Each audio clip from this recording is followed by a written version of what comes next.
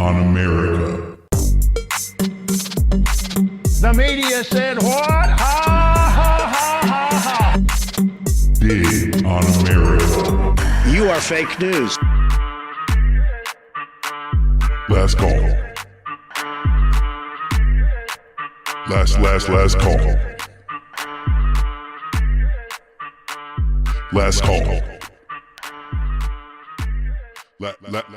Last call. Hello, everybody, and welcome back to another episode of Last Call with your host, Lourin. And joining me in the studio this evening is my special co-host, Brent. Brent, how's it going? How are you this week? It's going. I'm just trying to fire off a tweet saying we're live. So we are everything's live. Going good. We are live. You know, a lot of stuff planned for this show. I know we have a special guest who is going to be joining us to talk about join our politics panel. We're going to be talking about some of the major political events of this week. I just wanted to start out by telling everybody a little bit about how my week went, because this is my show, so I will talk a little bit about myself. So what my wife and I like to do is we do this kind of what we call rosebud thorn, which is this like a way of keeping our mental health headspace in the right place during these like really crazy times. And so rose is something good that happened to you this week. Thorn is something bad that happened this week. And then bud is something that you're looking forward to in the future. So Brent, why don't you and I kind of share our rosebud thorn? I'll go ahead and start. My rose for this week was on Wednesday. I got a really good email that I've been kind of waiting for. I don't know. I don't want to like spill the beans, but it is some good news about a possible future run for something. Later on. I don't know. I don't want to tease it out. You don't get to tease that. That's not. That's not right. It's just email. I emailed an influential person. A former mayor of Stockton, California, perhaps. And we're going to have coffee next week. And I'm looking forward to kind of picking his brain about A, what it's like to be a mayor, but B, since this is Michael Tubbs. And since he left the mayorship in Stockton, he started a PAC and nonprofit called EPIC, which is centered around ending poverty in California. So I'm really interested in getting into picking his brain about some policies that he thinks are going to help people, working people here in California. Because although I love my home state, it's beautiful. It is really expensive to live, and as our next guest, I was going to say, I'm sure Angelica has some thoughts on that as well. Yes. So what was a rose for you? Okay, we're doing rose for rose here. Mine's going to be trivial compared to yours because I'm doing the stay-at-home dad thing, and nice. My rose this week has been, and it'll come up later in bud and thorn, but has been we got a 2.5 foot tall, 10-foot round above ground pool in our tiny backyard. We have a really nice townhouse. And when my wife and I were, we bought the house before we were engaged, and I wanted no yard. And when I meant no yard, I meant no yard. I did not want to do yard work. So we have a 10-foot deep by 25-foot wide spot in our backyard that was bark dust, that now we've ripped out and fixed the drainage and it's just rubber bark mulch, like zero maintenance. But we managed to find an above ground pool, and we've had that set up for the last week. And my rose has been going out on our deck and looking, and just the kids just going absolutely ballistic. They've got a 10-foot round trampoline and a 10-foot round above ground pool, and they just back and forth and back and forth and back and forth, and they've just been going crazy. Nice. Every day. The weather has cooperated, and so getting that's my rose. Exactly. Yay, got to do something to get these scholarships. You know, Exactly. I really should look at getting an above ground pool. Our backyard is big enough for one, for an in ground pool. And I think like I have a buddy of mine who just got one for $33,000, and I was like, no, thank you. No. Well, But no, this is an $88 Walmart screamer that then we've had to spend, I don't know, $300 chemicals and whatever just to get, truly set up right. But it's so it's like one of those ones that has like the pump and stuff in it. Then. Yeah, and it's just wow. You inflate one ring and then you put the hose in it, and because the ring is there and inflated, it just lifts up as it gets fuller with water, and you turn off the hose, and then it's got, I think it's 1,000 gallons or something. It's not that big, but it's a matter of, it's enough that all three kids can splash around and goof around, and just all of our kids are water babies, and so just watching them have a blast is fills the heart. Nice. My thorn this week is kind of like another like similar kind of pet project thing is I've noticed that California, we have these drought restrictions where you're only supposed to water 2 days a week, and you're supposed to limit the amount that you water. And I noticed on it was either Wednesday or Thursday, I walked outside. Mind you, it's been like 100 plus. It's 107 degrees today. It's been 100 plus for a week. It's looking like it's going to be 100 plus for another 2 weeks. I look to the neighbor to the left and to the right. Both of them have the greenest grass ever. And my grass, I don't have grass, actually. It is just dead. It is dust. I went out there with like my golf club, and I like did a swing and took out a divot, and it was just it was just dust. And I'm thinking, you know what? If I have to sacrifice so you guys can have green grass, my yard looks, I mean, it's low, and it's like we pay the gardener or whatever to like trim it, but it's like, I'm gonna paint my grass green. I was just really upset about it. There's companies that do that. I know. I was just really upset about it. It's like we're supposed to be like in it for each other, right? Use your water other places. I've like stopped watering completely, and the rest of you people just let it go. So that was my thorn. I was upset with my neighbors.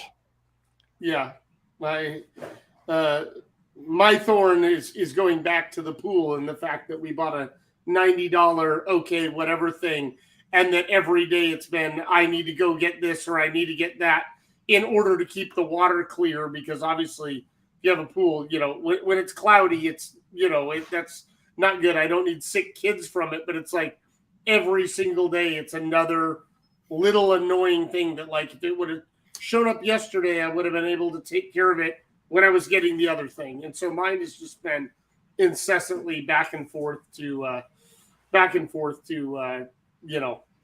stores or online and ordering this and trying to find something to hold me over until it shows up. Nice.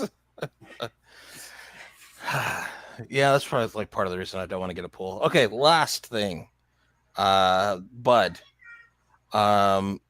This week, in fact, yesterday, I bought my tickets to take myself, my wife, and our two littles down to Southern California to our next guest, Angelica's neck of the woods there in Southern California, to watch them play the Trojans of the University of Southern California. And I'm a little torn by that because although Fresno State's my alma mater, I got into USC a long time ago, like 15 years ago. And that's been like my favorite school forever. It was just, I didn't have the $40,000 a year to pay for it. It's amazing. But so that's what I'm looking forward to. We're playing football in the Coliseum, and I'm looking forward to it. That'll be awesome. My bud was, hey, it's political, quarters here. I've been digging through and checking on who's been telling the truth and who hasn't, who's doing what, how they're doing it. So it's there's a lot of tea leaves out there right now to be read. And so I've been entertaining myself and making some calls and discussions and predictions that if I'm right, could be setting me up for some more things in the future. Being able to break down an FEC report and see what somebody's actually doing without them telling you is a skill. And amazingly, people really want to know what those reports really say versus just their top line information. So I've been been late in the evening goofing around. I mean, I found on it was the night of the 14th into the 15th. So that was so that was Thursday night into Friday morning. For no apparent reason, 10:30 Pacific, 1:30 Eastern time, Marjorie Taylor Greene started turning in edits of every single one of her FEC reports that she's ever filed back to 2019. And I'm like, why is she burying this in the middle of the night? And you know, when tomorrow on the 15th, all the flood of your report, my report, everybody's report's going to become piling in. And I put a tweet out about it. And I've heard back from some people that there's some very interesting information that's there and saying good catch. And, you know, it's, you know, doing an edit because there was an error is the right thing to do. But when all of a sudden you're editing every single FEC report you've ever submitted, it looks weird. And then when you turn it in the middle of the night, in the middle of filing week, so you know, been a bit of a you know, political wise, a bit of a fun week, and I really think that as I hone my skills on that, it builds towards a better me and a better future for myself. Something's fishy in the state of Denmark. Yeah, really. So we're on the FECs and federal candidates. Should we introduce our friend Angelica? Introduce our friend Angelica and bring her on, and I'll give her kind of a little bit of a intro, and I'll let her, of course, you know, introduce herself. But Angelica is running for Congress in California's 29th congressional district. Angelica, welcome to the show. Thank you. Thank you for having me. Nice to be back. Yeah. Can you tell us a little bit about the 29th congressional district? Yeah, we're right here in the East San Fernando Valley, which is 100% in LA County. We're in the northeastern part of it. And I am running a 100% people-powered grassroots campaign. We got super close in 2020. We got 43.3% of the vote with less than $80,000 in our pockets of, you know, grassroots, 100%, you know, individual donations and small grassroots PACs that donated a little bit here and there. And we were up against a 25-year entrenched career politician with over $1,400,000 in their pockets of corporate funds and super PAC.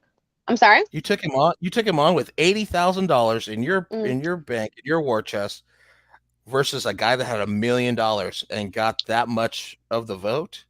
Yeah. In fact, actually, so we spend, you know, not even $80,000. He's already spent $1 million, or about $1 million, $1,950,000. So, I mean, he's definitely scared. You know, we spend, I think, so far $60-something thousand. We just turned in our report the other day. I can try to check, but since you're running those numbers, maybe you can check them out. In fact, somebody just tweeted a little while ago, I guess some guy who like runs data and does the thing that you're trying to get into, I guess, found some weird expenses out there. And so, you know, so it's, you know, running those numbers and taking a look at where the money goes, you know, you'd find out some things. And this guy has over 10 years of FEC filings, you know, and it'd be probably a fun project if you're feeling bored. I know. You said I don't know that I'm that bored. Go back to Would it be 10 years of helpful? data. Yeah. You But know, no, I mean, if you take a look at exactly, I mean, if you go back 10 years, you take a look, you'll see that he's given his wife almost $500,000 in fees. He's given Nuri Martinez, who's the president of the Los Angeles City Council. Her husband runs a political strategist company. He's gotten over, I think, $500,000. And oh that's wow. just, out of Tony's campaign. So I'm sure it's like super sketchy here in the San Fernando Valley. We have a bunch of Latino and Democrat like candidates that have been super, super sketch, and people are tired of it. This is, I think, why we have been, having such a great response, is that people see it. And in our campaign, we've been very honest, very truthful, very transparent. And we don't take any corporate funding, which allows us to be that way. So yeah, I mean, Yeah, I it's want been to quite interesting. So yeah, yeah. I want to get into to kind of this kind of topic, because the guy you're running against, Tony, is it Cardenza? Cardenas? Cardenas. Hmm. Cardenas. He is an incumbent and he is a Democrat, and I noticed that Hmm. the challenge that we have in this country is and Brent and I have talked about this for years. um, is this the right Democrat, the blue no matter who, folks? And it sounds like this is the type of person who's just kind of running as a Democrat and is really doing some of the shadier things that is giving Democrats a bad name. And it's the reason why that other folks who are running under banners like Medicare for All, like that you're running under, kind of have this rap of Republicans and Democrats, there's no difference, look at them. I think that Tony serves as an example of that. How do you kind of portray yourself to the public at large, and how do you get past these barriers of conservative Democrat or progressive Democrat to really break through, to really reach people? Is Hmm. the first thing I saw on your website was putting people first. How do you identify yourself, and how do you go about talking to folks when you're out there on the campaign trail? Hmm. Well, I mean, when it comes down to it here in this district, in this area, if you want to win, you have to be a Democrat. Like, that's just no ways around it. So clearly, people have figured that out. This is my, my third run. My first run was as a green. And, at the end of the day, I was like, oh, are we running for fun? Or are we running to get power? And I know I'm running to get power. So here we are. So, I mean, I can't, it is what it is. When it comes down to it, I think people need to be able to know who these candidates are, where their money comes from, where do they stand on the issues. A lot of the times, I don't think people do know that because they don't have time to. The candidate themselves aren't being transparent. There's there's so many ways to hide away all of these bits of data, and as you know over there. It's really hard to go through all of this stuff, and it's almost impossible unless you have tools and somebody who's an expert going through it, and etc. So I think it's a matter of people not being aware just how terrible these candidates can be. The fact that they're not doing anything and how harmful that is as well.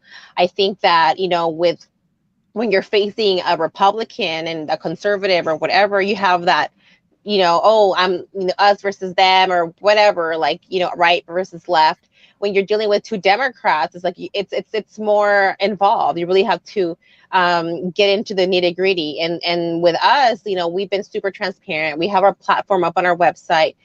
We try our best to post things on social media, to react to things that are happening, to give our points of view. We should be updating our stuff for November very soon, and we're going to be adding up some bits of points to our pro to our oh my god, why am I blanking on the word? to our platform, sorry.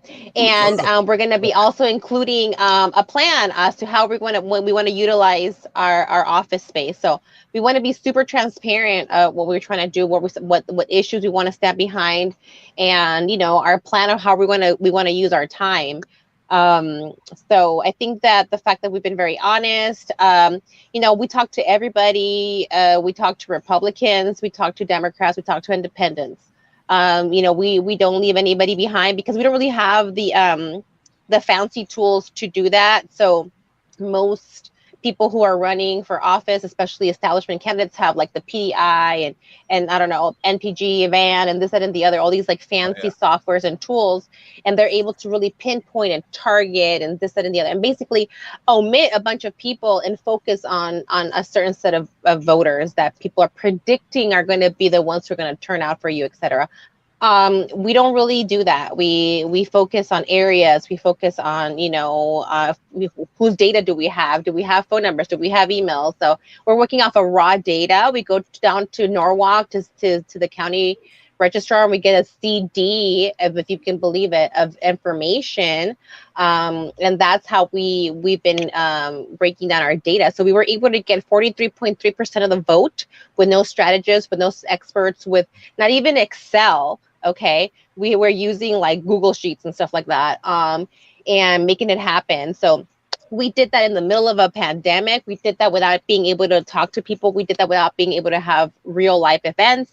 We did that. I'm a mother. I have 5 kids, and so all 5 were at home. 4 of them were students at the time. So it was like Little House on the Prairie up in this motherfucker, where like all the grades and stuff going on in my house, and like we were trying to figure out tablets and this, that, and the other. Had to go and buy things, and it was crazy. And by like 2 months into it, I was ready to jump out the window with the tablet. You know what I'm saying? But it was what it was, and we were doing all of that. My dad passed away in August of that year, right in the middle of everything. Not of COVID, but because of COVID, his health care was just totally it wasn't well. And so, we ended up, he didn't feel good. He was like, I need to go to the hospital. We went to the hospital, and he didn't want to call 911. He didn't want to deal with bills, and he didn't make it. He died in my car. So this is what we're doing. We're dealing with real life experiences, and we're making calls, and we're making like life and death decisions based on what we think we can afford. And this is what we're left with. What could have been, right? What if we would have called 911? Could he have? Maybe yes, maybe no. We'll never know. And I had to live through that. This is what our community is living through. We are very transparent. I've been very open about, just my life, and I share and things like that especially on my Instagram.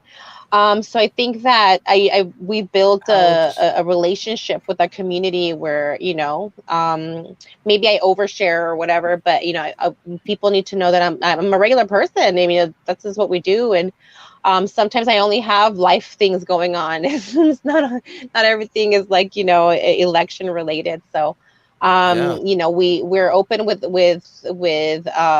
our community, and I think that they can relate to that. They understand that we're going through a lot of things, and maybe if they don't agree with the policy, I think they understand that what we're trying to do is to really help the community, so they know that even if they don't agree with the tactic, they understand that this is something to help the community. And a lot of people, even conservatives, Republicans, feel that we do need to move towards something different, a different direction, maybe, more this way than that way. And so they feel that sometimes having a more radical vision is the only way to move it over a little bit, because, politics is, it's a long-term game. And if you guys are, been paying attention, nothing happens overnight, and so, it's just being open. I'm wondering, so like, if you could give your maybe 2 or 3 of the biggest differences that you think people should know about between yourself and Tony, what would those three things be? We are 100% people powered and people funded. We do not take any corporate funding. No super PAC money, no mega corporation, funding, any of that. So we're 100% funded by the people. That's one thing. We haven't given tons of money to friends and family, and have a full-on record of that. Tony has given right now up into the millions, at least over $1 million to his friends and family, including his wife, his son, his stepdaughter, and other politicians, family members here in the area. That's another difference. And I've never been accused of sexually assaulting, harassing anybody. That's I'm a human resources professional, and I have over 10 years of experience dealing with people in the workplace, and just as a mother, just as a woman dealing with people in general. I've been able to develop some skills to prevent me getting into making poor decisions that might get me into something along those lines. That's another one. Ooh. I should have Googled. has he been accused of? Yes, absolutely. Oh, wow. And he agrees to everything that was said that happened throughout the relationship, other than the actual molestation part. He agrees that he met her and then met her dad and moved him out and gave him a job and got his rent paid, all the family's rent paid for over like 5 years. He agreed to that. He agreed that he was taking her on one-on-one trips to fancy golf courses and things like that. He agreed to all of that. He just said that the part that she says that he molested her, that part wasn't true. But everything else in that lawsuit, he more or less agreed to. Some weird happened. We're not sure. Something happened with the lawyers. The lawyers who were defending her was like Gloria Albright's daughter's law firm, Super Sketch. I forget her name. She actually had defended, not Epstein, with the other guy, the Hollywood guy. There was another guy, Weinstein. Right? Yeah. So that guy, yeah. So this is who, it was a very strange legal case that got thrown out the window. Basically, what happened was that he was running against a Republican that time, and so Nancy Pelosi and the rest of the Democratic Party decided to look the other way. And this was right in the heat of like Me Too, The Henry Cuellar. See, okay, yeah. I'm going to bring in Brent in this conversation because Brent and I, we agree on most things, but there's definitely, problems. You point out the differences. I was just saying, there's definitely problems within the Democratic Party that not every Democrat is the same. We're not all equal.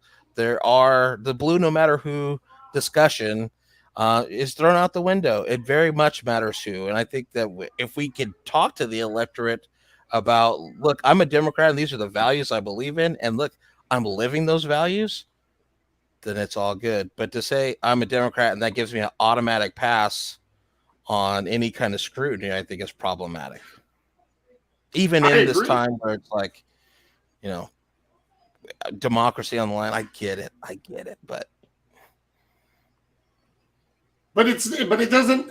My point is, it doesn't fix democracy being on the line if we're just like, oh, okay, well, if we're doing the same things, because then democracy's on the line is just something we say at the time we vote. We have to live it. We have to be honest about it and stand up for it and call ourselves out and hold ourselves to a higher standard and not say, oh, you're bashing a Dem. I've been very loud about not having Dems, primary Dems attacking Dems in races other than the only race where I openly supported it myself was Jamie McLeod Skinner against Kurt Schrader in Oregon's 5th. And the reason for that was I'd grown up in this area and Kurt Schrader was the Joe Manchin of the House. And so I personally knew that. Until today, I hadn't met Angelica. I looked her up getting ready for this episode today. But, in general, my policy was let's not beat up our own side unless somebody needs to be beat up. And that's, we have a 20% approval rating of Congress with a 92%, incumbency bias. It's because everybody says my representative is fine. It's all y'all's representatives that are creating the problem. There are some bad ones on our side. I just don't know who they are. Angelica's in this for a good fight, and I believe in it now, hearing about this. I just didn't know that one race. And so it's one of those things, though, that we have a lot of people that are just saying, well, this is a good Democrat, but they're not a great enough Democrat, and have people throwing money at them and not giving money to Angelica to go actually deal with somebody that really could be a problem. And Jamie McLeod Skinner had the same problem in the beginning of her run. Was like, she was very well connected and better funding than I ever was, better than Angelica is right now. But she could have used a lot more help. But there are people that are Democrats that are like, oh no, we want to go throw money, good money after bad, on this other race for no reason. And that frustrates me when democracy is on the Marcus. Sorry, excuse me. sorry. But no, that's I don't see Marcus Flowers winning that race. And there's millions. I want him to.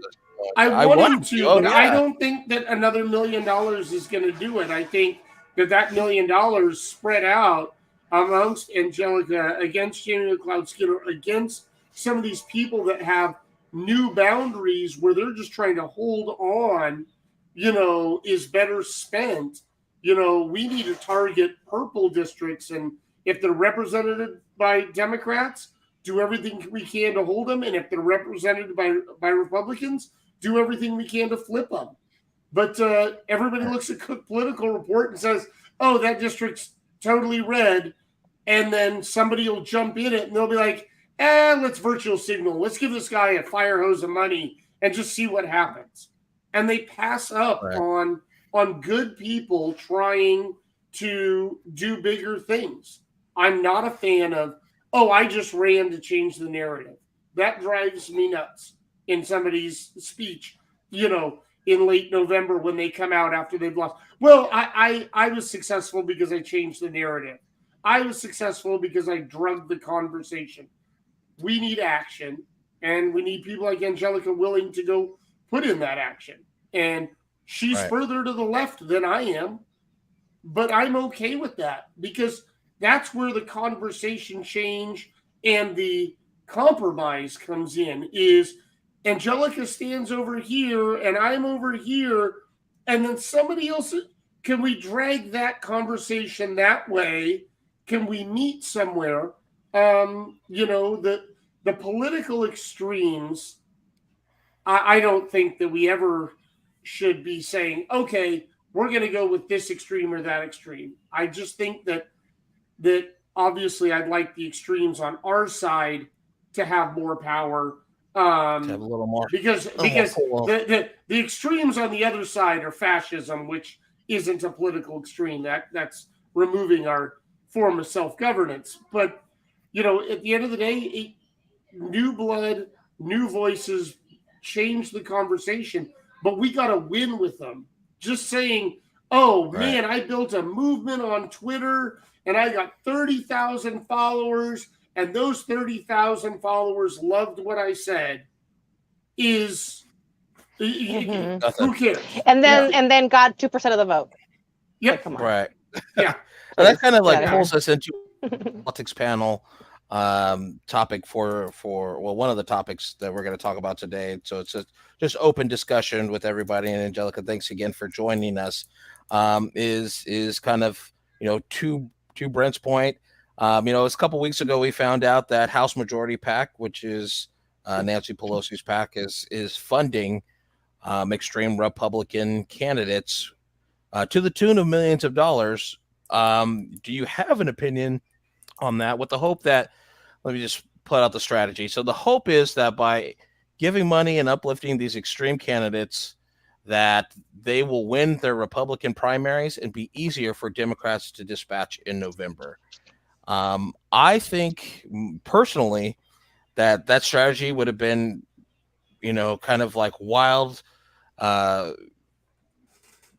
inventive, maybe 10 years ago. Now Republicans don't have any shame, in my opinion, where they're not.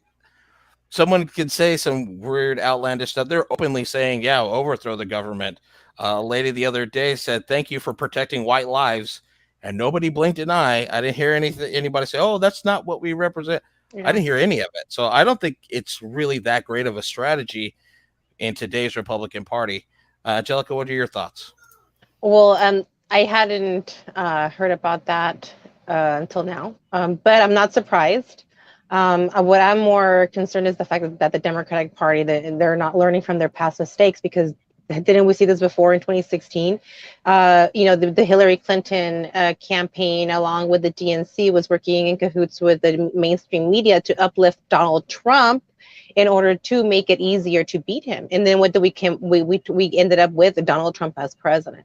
I think you're right. I think they're underestimating just how a racist and outright fascistic this country can be. How people really are hateful, and still are feeling a certain type of way. I think that the Democratic Party has done so much damage against progressive movement. They're actively out there campaigning against us. You have all these sham corporations and super PACs that pop up out of nowhere. Like I said, last time we spent $80,000. We've raised like $75,000.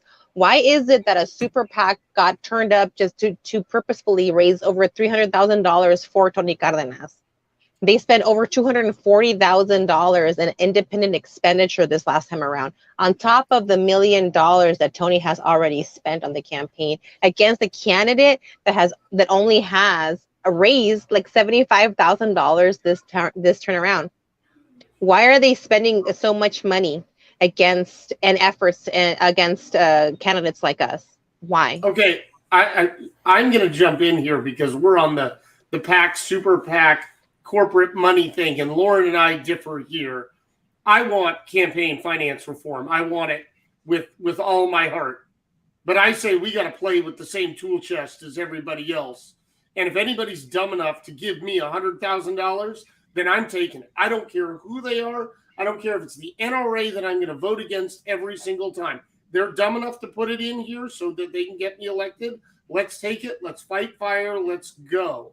But we need to do campaign finance reform, but we can't get it unless we get a majority of people in Congress, in the Senate, that want to do it. And they just have to have the mindset of whatever it takes to fundraise, to get the information out to the voters so you can get the votes, and then we can fix it. We can't fix it on a podcast, and we can't fix it on Twitter or any other platform.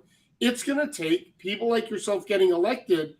But do you think at all ever that you're handicapping yourself by turning down any sort of corporate money? I fought with Lourin about it. I fought with Anne-Marie Danimus about it. I fought with multiple people that somebody comes at you with a $10,000 check, spend it on a voter outreach thing that says why that $10,000 check shouldn't have come, but now you're able to talk to them and how you want to fix it in the future. Yeah, I will say not all corporations are created equal, and not all organizations are created equal. So while I'm becoming more open to organizations that share my value in that sense, and a lot of the political left have now kind of adopted your stance, Brent, and said, you know what, we're going to make our own super PAC so we can fund candidates who share our values. In that sense, I would be more open to, but I'm probably not taking NRA money. I just was using them as an extreme example of somebody that would never come to me. I just was saying that, Democrats like to turn down money. And I understand the concept, but if you can get elected with that money and then show there was no corruption by not, voting any differently than you would have voted, then, that shows you're whatever. You may not get their money for your reelection, but we've got a chance to make a difference. And I just think we got to take every tool that's presented to us on the way there to be able to use and have in our backpacks to pull out when we need it. Mm-hmm. Angelica, I mean, I really do believe that, we need to, we're out here talking the talk, we got to walk the walk. And I think that, at least in my race, we've already shown that you don't need millions of dollars and all this stuff, in order to make, a big break in a race. I think that if we would have had maybe $20,000 and 20 more, super volunteers, we would have been able to win this last time around. We did better than campaigns that had Bernie Sanders, AOC, Our Revolution, Justice Democrats, and millions of dollars behind them. So I think that there's something to be said. You know what I mean? That money isn't always everything, and it doesn't really guarantee outcomes. And having 1 million tweets and Twitter followers doesn't do it, and having a bunch of likes on Instagram isn't going to do it either. So that's my thing. I do believe that we have an opportunity with organizing and teaching people how to organize. That we have a very good opportunity to make some big wins. What I plan on doing once I win is to open up my spaces for teaching people how to run campaigns, and that's in both my physical office. We hope to have an office space large enough to be able to share with our community. We want it to be a community empowerment center along with our office space, and also our social medias. We hope to be able to have this be a learning platform for our community and across the country. Some people don't know how to sort an Excel sheet, for the life of them. And believe me, I don't even like messing with spreadsheets, but it's a very powerful tool to be able to use and to have at our disposal. Here in Los Angeles, we have Kenneth Mejia, who's running for city controller, who has been able to essentially already be doing the job, which is running through data and doing a better job at it by being transparent and showing the data and finding out where there's discrepancies, where there's people are getting disproportionately ticketed, parking tickets, to who's being pulled over, what race are these people, where are the homeless sweeps happening, where is affordable housing at, all of these things. So data is very powerful, and I think that that's something that we can teach our organizing community, how to get organizing 101, and then how to start winning campaigns. I think it's very doable. The only reason why we don't have more good people, regular people in office, is because they don't have the tools. They don't have, they don't know how to do it. And it's just as easy as 1, 2, 3, ABC. And once you get the right tools together, and you don't need expensive tools, you don't need consultants and all this fancy stuff. You just need people, power, passion, and love for what you're doing. And that's what we're dealing with here in my district, in California's 29th congressional district. That's awesome. Can I pile on to that for a second? Yeah, go for it. For any potential future candidates, amongst my kitchen cabinet and I, the number one topic that comes up when we're talking about any other race anywhere in the country, whether it's Tim Ryan for Senate, Alan Ellison for Congress in Florida, and we talk about big names and small names, because we're political nerds. I mean, it's what we are. But we talk about it. It's like there are so many people doing what you're doing that are doing it right, in my opinion. And then there's these other people that it's like you're screaming at the TV, going, "Would you please surround yourself with at least one person that's not getting a commission-based check on what you spend the money on or what you fundraise, because these people are just leading you to talking points to raise money that they get a cut." This is you need somebody that cares, because they live in your district and they've got to live in this scenario and they're not getting paid anything, their investment is they just want it fixed. Like, and there are way too many people running for office that don't have that person around them, or had it in their first run, but had success, but not all. And then the consultants come in and say, hey, we can, and they go away from what made them resonate. They go from a 48-52 loss to, you know, the next time around going 43-57 and getting blown out. And so I think it's really important that candidates know you need some reality check non-yes people around you that have lived a similar life, not the same life, but that are willing to come over to your house, sit down, and then say, you're wrong. And just call you out on it. And you got to know them well enough to know. Oh, yeah. To Absolutely. Stop. Yeah. So, yeah. I just had to add that. I'll share with you the advice. So my grandfather actually passed away before our campaign got really up and running. But when we were starting out, he told me to get a piece of paper and write down 5 names on it of the people that I trust the most, and that they would be the people that would serve as that exact purpose of that sounding board. So I'm going to tell you the truth about things. But just getting into the further discussion, this week we learned about a tax and climate deal that was working out in the Senate that has been killed by our favorite punching bag, Joe Manchin, who said he's not going to support any of these agreements. Really just quick question to you, and I don't want to spend a whole lot of time on it because I think, you know, we are very much in agreement on Joe Manchin. But I'm wondering, is Joe Manchin sabotaging the president's agenda on purpose and Democrats' agenda on purpose on the large scale? And what should be done before November if that's the case?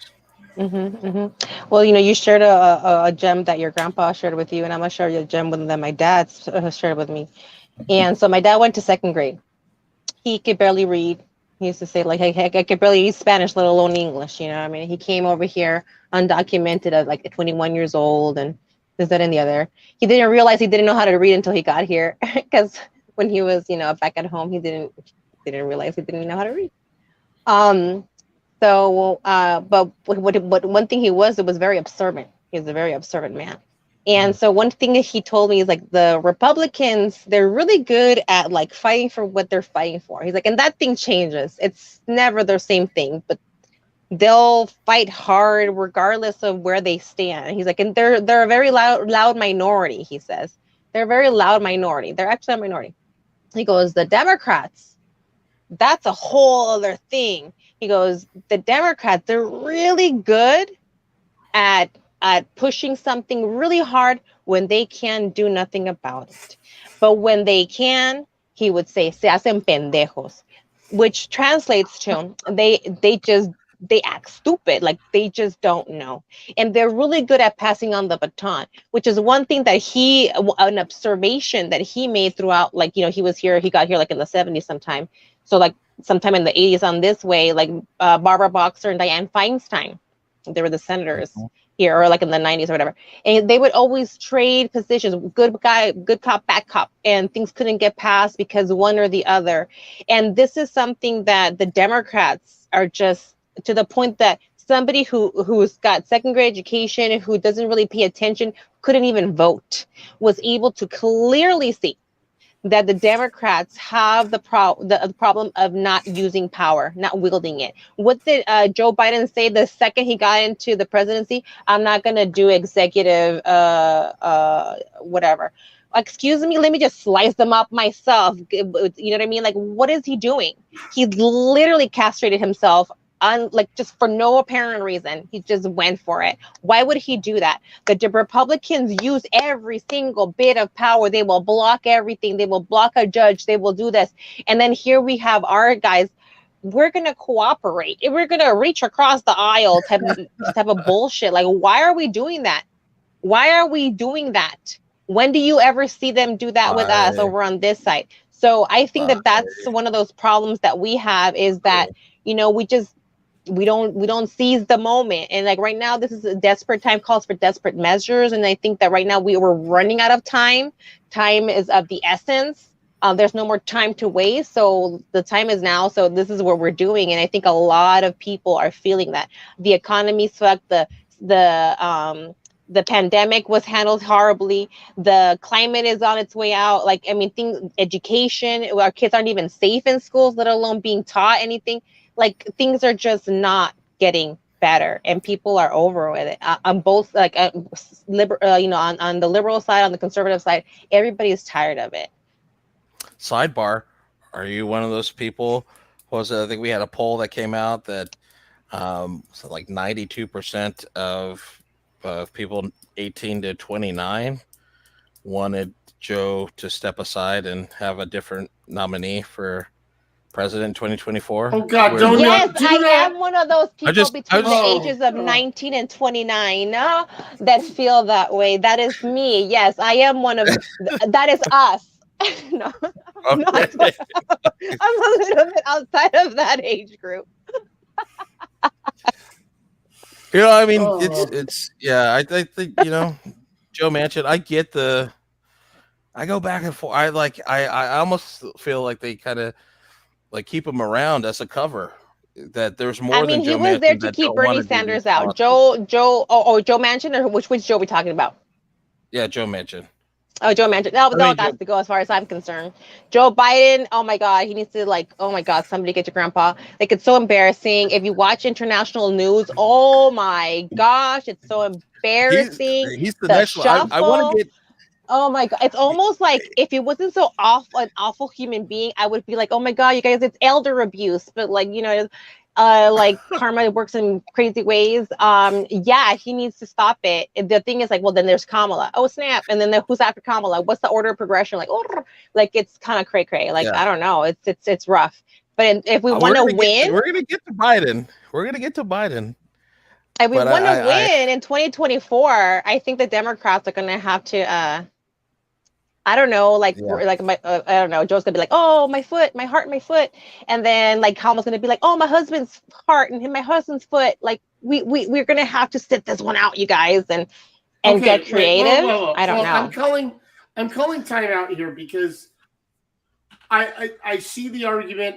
I understand the argument. The problem is the argument needs to start up in December or January, because right now we need to stop talking about our own side's weaknesses. We need to build each other up, and we have to hold these midterms. And bro, so like when the president is going around the world and showing the whole world the weaknesses, I think that we're going to be like, oh, let's just not talk about it. This is how we get to how we go. Oh, let's not talk about old pervy Uncle Bob. We'll just like keep an eye on him and like just like, you know, it'll be all right. The fuck? That's how we end up having the problems that we're having. Didn't Brent, I believe earlier in this program itself, he said that we need to call ourselves out.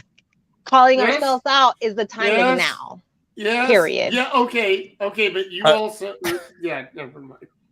I want to get so part of the show is about listener engagement. So we have a question for you that says, if you get into office, what will be the first thing that you will change?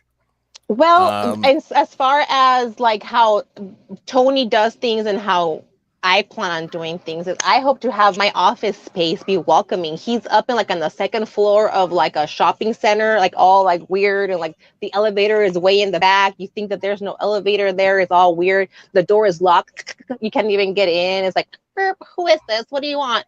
You know what I mean? There's like a little radio intercom that comes on when you want to go into the office. So that's the first thing I want to change, is to have an office space that's welcoming, that is like a large space that we can share with the community. So that's number one. Nice. I know you talked about schools earlier, our schools not being safe. I think I was one of those people that was like, we'll just say very upset at the pictures that were released of people, checking the police officers in Uvalde, checking their phone and laughing while kids are being murdered. What are some of the things that you would change towards schools? Well, I think that like the Uvalde situation in the schools, that's a really wide question. What would I do in regards for schools, period? I think that we need to make sure that we're looking at where the funding is going. We need to make it more transparent, and we need to get rid of all of these like weird corruption ways that money gets funneled. There's a lot of money there, and there's a lot of waste happening. I think that we need to work on that. We need to make it so that we need to stop the charter school pipeline that's just like a big old scam that's using tax funds to like make up people and organizations money. They call it nonprofit, but believe me, people are making profits. That's in the schooling thing. We need to have better funding, and we need to have teachers having assistance. And here in Los Angeles, for example, we have a problem of not enough students, and that's why the charter schools creep in, which still doesn't make any sense because there's not enough students, which is why we have empty classrooms, and it's just all weird. So what we need to do is smaller classroom sizes, more teachers, and teachers' aides, more opportunities for jobs. It's a Green New Deal part of it all, where it would be implementing opportunities for jobs, guaranteed jobs, and all over the place, from schools to hospitals to clinics to everything. We should we have people who want to work. We have work that needs to be done, from infrastructure to social care to etc. Schools, I think that we need to focus on civility. I think that the kids should be in charge of cleaning the damn schools. In Mexico, you clean your school. Every classroom has a turn to clean the school. Classrooms participate in the distribution of food during lunchtime, cooking food, actually cooking some of the food. Some of it obviously is going to take some, whatever, but getting better food in the schools. All of these things. There's all of these corporations making all kinds of fat ass money on like nasty ass food that goes straight to the trash that nobody wants it. It goes straight into the trash, but they get to keep that money in their pocket. So things like that, there's enough funding already. I think that federally we need to keep an eye on that and get on all up at everybody's booty. Like I was like, should I just run for school board? We'll see later. But we need to get like common sense into a lot of these things. You know what I mean? And then are we focusing? Are we teacher centric? Are we student centric? Like what's going on over here too? So all of those things, you know what I mean? We need to make sure that we're doing things right. That's on one thing.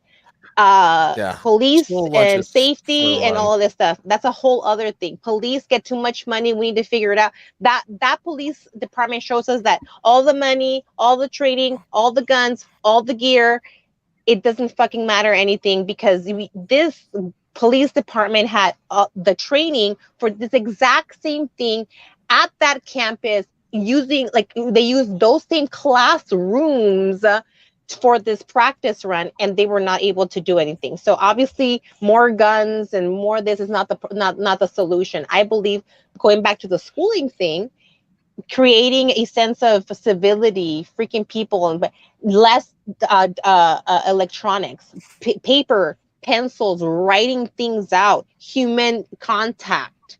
That's what we need. We have a lack of humanity in this country that if people don't see that, I don't know what the fuck's wrong with you. People are lacking humanity. And what we're seeing is mental health issues. It's not a gun thing. I don't think it's a gun thing personally. It's a mental health issue thing. Like, oh, well, you're like, making all mental health issue people like, oh, blah, blah, blah. As a person that has dealt with depression, anxiety, and etc., yes, not all people with mental health issues are going to go shoot up a school. But guess what? People who shoot up a school have mental health issues. So if we had universal health care, if we had resources for these people, we have neighbors around here that are fucking scary as hell. And it would be great to have some resources, because we see it. One of these days, one of these people, and we see these people, but there's no resources. We see the ticking bomb. We see it happening, but there's nothing for us to do. You see your family member being said ticking time bomb. What did grandma and grandpa's options were? Grandma got blasted right before he went over to the school to go kill some kids because this kid was angry, right? So what are we doing to get to the root of the problem? And I don't think it's a gun grab. If anything, I mean, in my opinion, The Constitution is there for a good reason. Second Amendment is there for a good reason. The whole militia thing. Obviously, we don't stand a chance against the whole freaking government, clearly. But what if we have a police station that goes rogue? The people should be able to like handle it down before some other whatever. I don't know. Point being is that you have small pockets of people that can go rogue. Good people. You know what I mean? Whatever. Maybe you gotta make it plausible for one of those guys that did run in there and get their kid, grab the gun from the barber shop and stuff like that. So you know what I mean? Like maybe there's some room for it, whatever. Point being though, that's not the solution for safety in the schools. Safety in the schools means well-balanced people with healthcare, people who have been raised to learn that, when you hit somebody, they hurt. You know what I mean? Kindness. Yeah. This stuff, I've worked at schools, I worked at after school programs, I worked at with elementary kids, with junior high kids. These kids are deep and they can understand these things. And when they're acting out, when you talk to them in a deep level, they can recognize that their actions, lead to and they affect other people. We need to just bring this in back to humanity. Yeah, definitely a question of resources and what we're funding. I think of one of the things that kind of really pissed me off was I was watching that movie, a Michael Moore movie, Where to Invade Next. And he was in France and he was talking about what the French kids in the poorest town in France, by the way, eat for lunch. And they're eating 4-course meals. Everybody drinks water. In fact, the school chefs actually meet in the mayor's office because the cities are involved in the nutrition that our kids get in schools. What a novel idea. But it is kind of a segue. The ironic place, well, just to finish that one up, who fricked everything up even worse most recently? Michelle Obama. After Michelle Obama went in there and started talking about nutrition, this, nutrition, that, all of a sudden it was all these neo-lib solutions, and it's all of these, private corporations were going to bring the solution. They could do it better. And then we have all this packaged nasty food that nobody wants. Yeah. At the same time, they were fighting Michelle about, so it's okay. about exercise in school. That's kind of Republicans thing. But so second to last topic I wanted to talk to you guys about. Exercising in the school, you know what? If you want to talk about that though, who were the kids who were getting sick and who were dying of COVID? The kids who were overweight and the kids who were sick. So there's something about being healthy and making an emphasis on that. I do believe that that's another thing that we're lacking in this country. We have poor health and we have poor, physical health, and this is fact. We got to move. Yeah. We got to move more. I mean, this bought us. As I drink my course.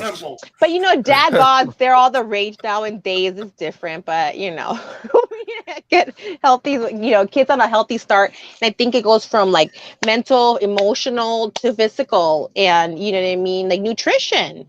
We need better foods. We have all these kids who are obese, and we're getting a lot of calories. And I'm the worst with soda and with sugar stuff. Where I'm the worst. We are getting a lot of calories, but not enough nutrition. So all of those things we need to focus on all of it, well-rounded. I think of Michael Bloomberg trying to reduce soda sizes, and then he got met with people.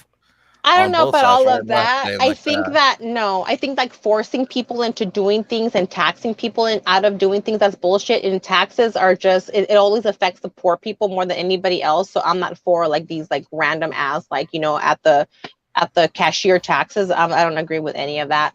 But I think that education, teaching people, how that project where it's this much sugar and this much sugar and soda or whatever. I think if you get a visualization of what exactly you're consuming and things like that, and getting better options right off the bat. I don't know how much sugar is in my Kool-Aid. I don't know. It's all poison, you guys, and no matter how yummy it tastes, but we got to get better for ourselves, for our children. Tupac was on that vibe. You know what I mean? We need to get better. We need to have intake better things from visual to feelings to food to everything. It starts right here. Tupac's an interesting case because he grew up at a time where Black Panther and communist groups were around, and they were providing community breakfast and stuff to kids. And he was one of those kids that Is that got to what you can partake in do that. with a large office space that's open to community involvement? That's that's one of the things. But I did want to touch on, since we're talking about education, so I did want to talk about the story about Moms for Liberty, which is this group that is was started by this conservative woman, Tiffany Justice. They rose to prominence in Florida, battling things like CRT and mask mandates, and pushing for Florida to pass this Don't Say Gay bill. They are mobilizing for people to be elected to school boards across the country, and I'm just kind of wondering, with the factor that education policy played in the election of like Glenn Youngkin in Virginia, what do you think? What is and what should be the response of the Democratic Party to this going on? Mm-hmm. I think, I mean, I don't know what the Democratic Party should be doing, but I think what good people should be doing across the country is getting it together and figuring out what you need to do to run for office. People like to talk about, oh, this person is this, and that person is that. Well, that's the person that you're allowing to run things. So unless you want it to be otherwise, you're either going to do it yourself or find somebody who is going to do it. So I think that we need to start focusing on taking seats of power, taking power, grabbing it, keeping it, and wielding it around, to use resources, to take over every single seat in the city, the county, the state, all of it. I think that every single one of these seats and these seats of power that come with a budget, that come with making a dictating policy, we should be seizing every single one. So what I'm hoping is that during my time in Congress, which I only plan on being there for 3 terms, so in 6 years, what can we do? What can we get done? In those 6 years, I hope to be able to teach hundreds of people to be able to run for office. I hope to be able to have hundreds of students come through our office space and have field trips where we can teach them and have one-day workshops where we can empower them so that they can start planning for that future to take over these seats of power. What I want to do is to change the mindset of working class people to realize that these positions of we've been fighting the power for way too long. It's time to be the power, take the power, and use that power for good. And that's it. Let's see what we can get done.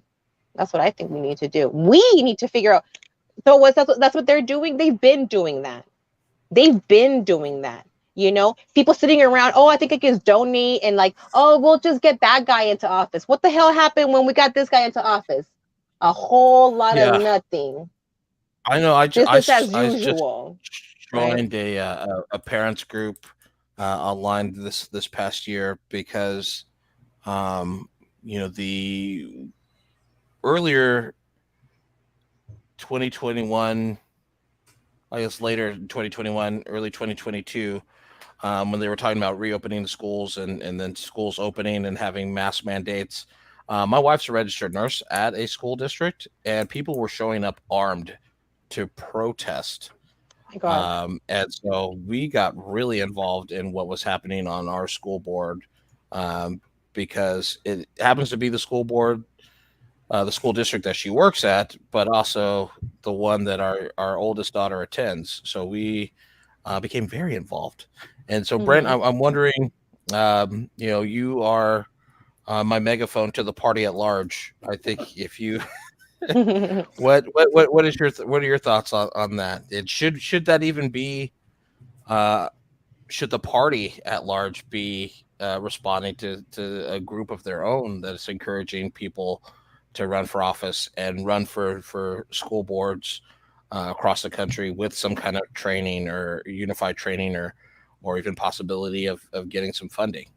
I mean, I'd love to see the Democrats actually support new challengers, candidates at all levels, because they're, from my personal experience, not doing that. They talk a big talk and they send out mailers saying a whole lot of things that I certainly never saw to be reality.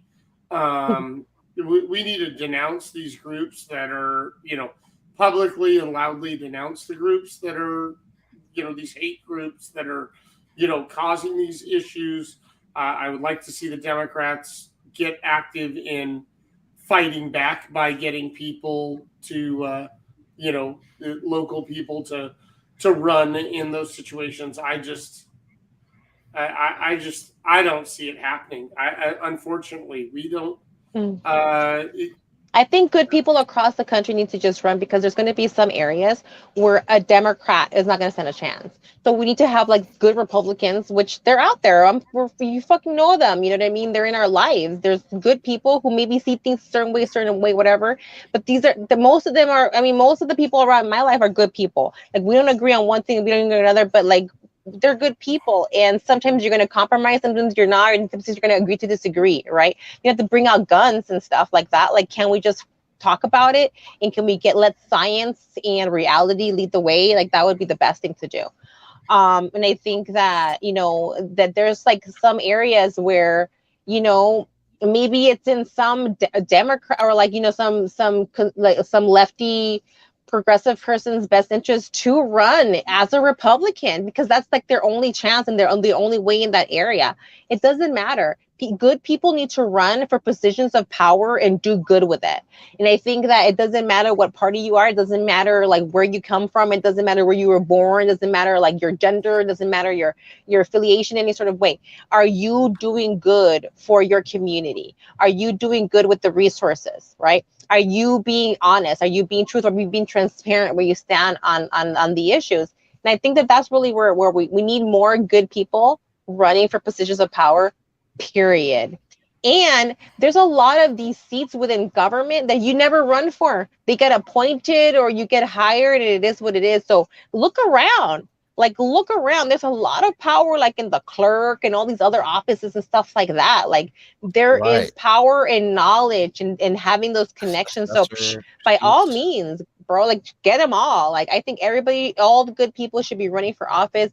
Good people should be having babies. You know what I'm saying? I'm pro-choice, but I say choose to have a baby. Why not? You know what I'm saying? Like, if you're a good person, you're able to do it, you can handle it. I think, and that's what I'm seeing. I see a lot of good people choosing not to have children. And here we have Elon Musk and baby number like 12 or whatever. Like, come on, man. Like, who do we want populating this earth? Who do we want, leading the way, right? I mean, it comes down to, what are we doing? We're not having babies. We're not running for office. But I mean, bada boom, you can't sit around and cry about it. Well, I read an article on CNN. Oh no, it was CNBC that millennials are the reason for inflation, but which was really weird. I feel like they just write those things. Boomer thing? I just want I think they write those things to make people upset. So either we click on it being upset, or like boomers click on it to say like, "Oh, was it us?" So it's like they get it either way. Let's jump back. Have you seen have you seen the beginning of Idiocracy, the movie? It's been a while since I watched it, but I remember it. It's that's it. It's the two. It's on Prime right now. The two, the husband and wife that are like, oh, we can't have a baby yet because we don't have this. We can't have a baby yet because we don't have that. We can't. Yeah. We're gonna try and have a baby, but we waited too long, so now we're whatever. And then but the other side is just like their family tree. Having all the babies. Yeah. It's true. Yeah. And if you can handle it, if you want them, like, Yeah, I feel like, as a pro-choice person, and I talk to like these, pro-lifers and stuff, and I'm like, look, imagine how many babies haven't been born because the couple didn't, like the two people that were ready to have a child were not financially, they didn't think they had the child care, and they didn't think they had, like, you know what I mean, all these things. What if we had a system available where they had, healthcare, they had affordable housing, and they had guaranteed child care? Imagine, you know what I mean, how much life we can really be helping out. You know what I'm saying? Like, and I think that these are the conversations that we can be having with people. They're like, oh, these things make sense, and these things need to make sense for people. And I've had Republicans canvass for me. You know what I'm saying? You'd be surprised by talking to people and making sense to these policies and like in a real life situation and how it could really benefit whatever their goals might be. Their goals are like protect the babies. Okay. Healthcare for the mom and childcare for the baby and affordable housing from when they're around. Huh? How about that? Can't argue with that.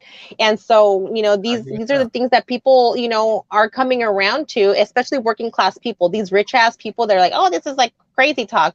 That's because they're rich. They're like a handout, like, or whatever. Like, no. Regular people, regular conservatives understand that, hey, they're getting like freebies. Like these mega corporations, they're not paying any taxes. You and I pay taxes. They get that part. I go to them. What do you and I have taxes to have in common? Taxes, we can't get around those, and death, and we want the best for our children. We have way more in common with each other right here next door than like somebody who looks like you, who's from like the same background as you, but who comes from a different place financially, and they just don't get it. It's a whole different thing. Working class people, we can come together. Once we realize that the battle isn't left versus right, it's top versus bottom and right versus wrong in reality, that's when we can really make some changes happen.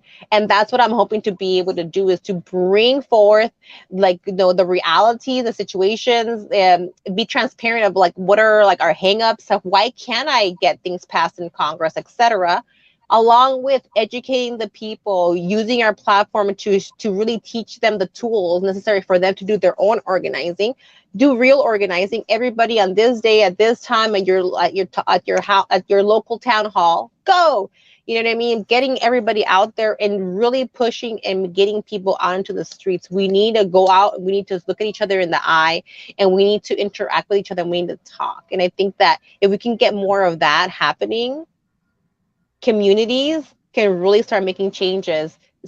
Cities, state, etc. It'll spread out. Here in Los Angeles, for example, if you guys haven't been paying attention, we have abolitionists getting elected into city council. We have challengers getting first place against incumbents and going off to the general in November. We have these big things happening, and it comes down to people are tired of it. They want something different, and it's up to you and me to give them that. We set the standard. Okay, in this country of so many privileges and rights and whatever, we also have responsibilities. And either we're running for office, we're holding those people accountable, we're supporting somebody, but we need to get power, hold on to it, and never let it go. And oh my God, most importantly, train your replacement. For fuck's sake, train your replacement. Don't say that till you're freaking 80 million years old.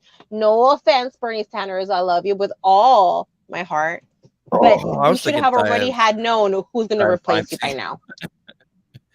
Dianne Feinstein is who I thought of when you said that, because okay, Pelosi. Oh my God, 52 years in office. It's a long time. It's a long time. I just question for the panel. One last thought, really, and it's going back to Joe. So Joe Biden went on a Middle East trip to Saudi Arabia this week. Your thoughts? Oh my goodness. Is that the one where he was trying to shake the air on one of those things, right? Like, so that's like, I think the second time that he's trying to shake the air.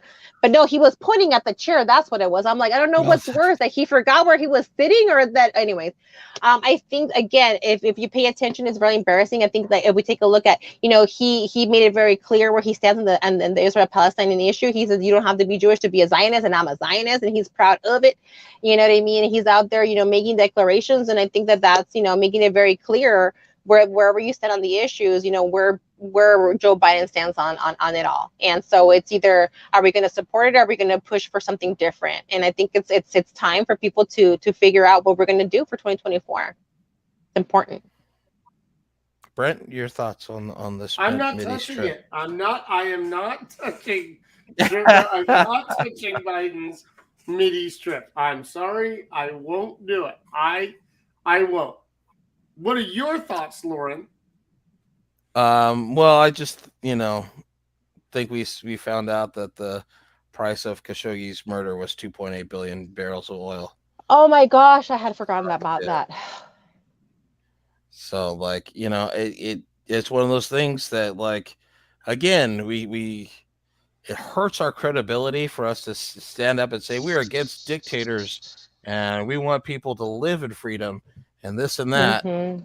at the same time, Mm-hmm. unless you're a country in Central America, then we we will be in your backyard. And Mm. unless you have tons of oil, then we're Oh, unless you have some resources, either we're buddy gonna buddy. bring democracy to you, or we're gonna like try and get some of that some way or another. It's pathetic. I don't Overall, know. I understand it. I understand it. The like, people are hurting here, and that the thought that we could get them to alleviate some stress here. Do you eat a little crow? I think I understand it. I'm just disappointed that was the case. I'll agree with you 100%, Lauren. From my understanding, I think Mexico has like a booming of oil themselves. I don't think that we can probably work something else out. I'm sure there's other solutions that we can bring to the table. There's other options. There's other ways. There's other creative ways. Oh If yeah, you're just getting oil from over there, it doesn't make it any less bad if it's from over here. So let's figure something else out. In when we're talking transitioning to 100% renewable, doesn't mean like, oh, we're going to be a renewable. We're going to be importing all of the crude oil from somewhere else. Like, what the fuck does that even mean? That doesn't even make any sense. So we need to figure out what's the most like humanitarian and just way to transition, and that might mean maybe we need to increase production here locally for the time being so that we're not fucking around with like dictatorships and like fascistic countries and people who like decapitate people in the public square, you know what I mean, and chop up people in embassies and stuff like that. Like, how about we don't do that, and like we just figure out there's other solutions. There's like more smaller solutions. There's bringing solar panels to like literally every house. There's like small scale solutions and applications to resolve problems. Like these big mega corporations, these ginormous energy farms, like this is crazy. Like yeah. it's like no common sense in addressing the issue. Like all common sense has left the chat, and it's all of these like crazy people. We have a cacocracy. We have the shittiest people running the country. We need to like get them all out. And I mean, sometimes we need to push the reset button. I Especially don't know, because but every like when I would do spaces or like engagement with voters, and we would talk about green economy and having jobs, creating green energy that are made in the United States. These are U.S. jobs, mhm. right? I always get back when Trump was president, America was energy independent, and this is I don't know where that myth of America being energy independent came from when Trump was president, because we were still, we have been among the top exporters of oil for a while. I think a while. And our problem now is like we have a refinery problem, but we have never, like the Keystone XL pipeline, people forget the first word of that was the Trans-Canadian Keystone XL pipeline. It was not American oil that they were bringing down and selling, refining and selling at the world market price. So I don't know where this myth of if you're really It's about low energy information independence for voters, America. though. It's Mhm. low information voters with sound bites, and the Republicans win that battle every single day. Yeah, Because that is true. Democrats need a 40-page white paper on every single topic because we can't fucking break something down. And when we do, we attack our own going, well, where are all the fucking details? Where are your notes? Where are your footnotes? Yeah, that's true. Where's your index? Because we need more people like Politics Girl in our fucking politics that break it down and say how the fuck it is in a way that people understand it. It just drives me up the wall. It absolutely sends me ballistic because our side is happy to tear our side down. And I say hold our side accountable, but don't go, oh, well, I know that it's right, but you didn't quite cite the sort. Like, stop tearing down our message. We need the 3-word chants. The freaking Republicans have 3-word chants coming out of their ears, and they use those to win. Right? Go woke, go broke. That's a forward, but yeah, you know what I mean. Yeah. Oh, But go twice. Yeah, it's just it's one of those things that we need to, and I think as our party, gets younger and younger blood, that we'll get better about that. When I first got on Twitter, I was always like trying to get to full 280 characters and like then backspacing and getting myself so I could say as much as humanly possible. Until later, I figured out that 4 words will carry out to a larger audience more than a full Lock tweet will. her up. I mean, just this is fucked on a bad news day. That thing will go until whatever. Everybody knows what you're talking about. And they're like, well, Brent thinks it's fucked too. But if you put in, well, because of this and that and this detail, true. what are people like, boring? Who cares? That is We true. need to get- we That's need to get true. shorter, That's concise you know what? messages. That's a good thing to bring up about when dealing with candidates and their material. One thing that I've noticed is that on our side, god damn it, we put so much fucking words to it. And most people do not want to read that much. And if they do, if you do put something on like a lot of words, it has to be powerful. Like you have to use those words like for its utmost, And I think that is something that we do. We can't keep it short, and that's something that I think that our side we can focus on that quite better. I just think that sometimes we have really in-depth, like this is my whole thing is Democrats, we have solutions to these problems. Republicans whine about the problems and say, well, if you elect us, Democrats are making everything worse and this and that. I see it all the time in comments. This is all because of the terrible Democrat policies in California and all this other stuff. I see it all the time. But we have like actual responses and logical plans to solve some of these issues, and Republicans don't. They just say no. They point the finger, and it's really easy to say lock her up and all this other stuff without having any actual policy solutions. And they've gotten by with just that because because some Democrats, but it is partially because of some Democrats who are not wholeheartedly going in and solving the problems that people have. Right. And so with that, we'll go ahead and pause there. Angelica, thank you for joining us. I'm going to give you, so my big thing when I was a candidate was having the 1 minute wrap up and having that down pat. Go ahead and give us your 1 minute sell on why you need to be the next representative from California's 29th. Right, thank you. Well, here we are. My name is Angelica Duenas. I'm running for Congress in California's 29th Congressional District, which is in Los Angeles. And we are running a 100% people-powered campaign. We're running against a 25-plus year entrenched politician who has taken millions of dollars from mega corporations and super PACs. He has had over 25 years to show us what he's all about, and our community has suffered for it. We need change, and the people are looking for it. We are fighting for Medicare for all, affordable housing, a Green New Deal, guaranteed jobs, tuition-free higher education, for loan forgiveness for school loans, to really give the working class people the ability to get ahead, not just get by. So if you have time, please, and you're local to Los Angeles, please sign up to volunteer. AngelicaForCongress.com/volunteer. If you have a couple of extra coins, please donate them to us. We can do so much with very little. Like you heard earlier before, with less than $80,000, we were able to get 43.3% of the vote against $1,400,000. He has already spent over $1 million, and he has a independent expenditure of over $250,000. So we need your help. Please donate. AngelicaForCongress.com. Check out our platform. Hopefully, we can inspire you to get behind our movement. Awesome. Thank you so much for joining us. That was Angelica. Is it Duenas?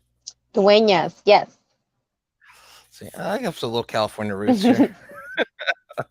For joining us on the show today. Don't forget to join us next week, where we are going to be talking with Natalie James, who's running for U.S. Senate in Arkansas. There's a whole big thing happening in Arkansas with Democrats trying to take back the state that is seen as, Republican. We have a couple of candidates running in Arkansas right now that are not only challenging but have the possibility to win. And so I'm excited to talk to her next week. And I hope you guys have a great night. Thank you. Have a good night, everybody. Peace.